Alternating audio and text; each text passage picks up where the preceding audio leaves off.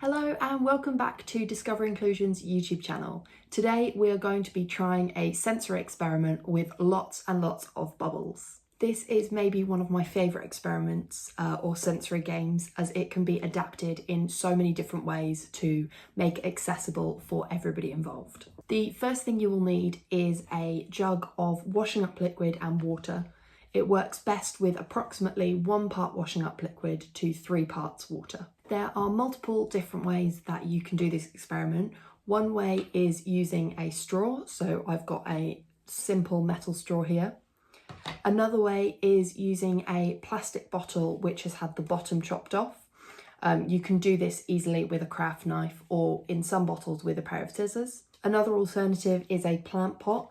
You will also need sellotape to cover up the extra holes.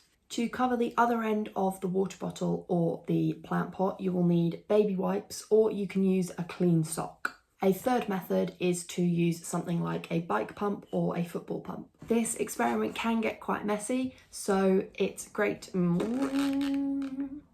This experiment can get quite messy, so one way to contain it is by using a deep baking tray or a big play tray. Alternatively, you can just take the experiment outside. The first and maybe the most simple way to create bubbles is simply to put your straw into the bubble mixture and blow.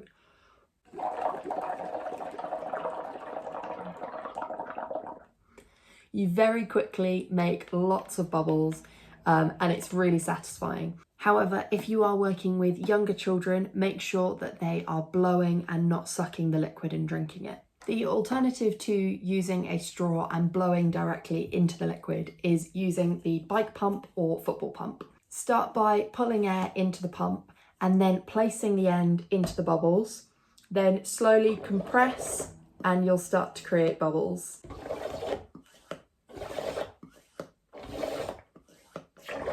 Depending on the size of the nozzle, it will make bigger or smaller bubbles. So as this is a football pump, it makes really small bubbles. Each time you pull back on the pump, make sure that the end is out of the bubble mixture so you don't just push bubble mixture around inside the pump. For this one, you'll need your plastic bottle. The first thing you want to do is cut off the end, as we mentioned earlier.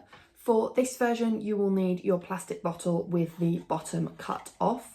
You'll then want to take one of your wipes or your clean sock and place it over the end of the plastic bottle. Using an elastic band, you can then secure the wipe onto the end of the bottle.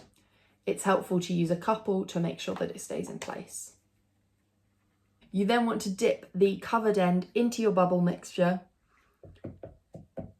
and blow to create lots and lots of bubbles.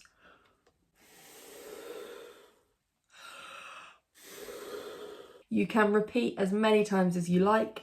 You may need to replace the wipe to keep going if it begins to disintegrate or fall off the end. It's also possible to do this with a plant pot, so you will need your straw again, and the straw will need to fit snugly inside one of the holes in the base of the plant pot. Your next step is to take your tape and seal all of the other holes on the plant pot, leaving one for the straw.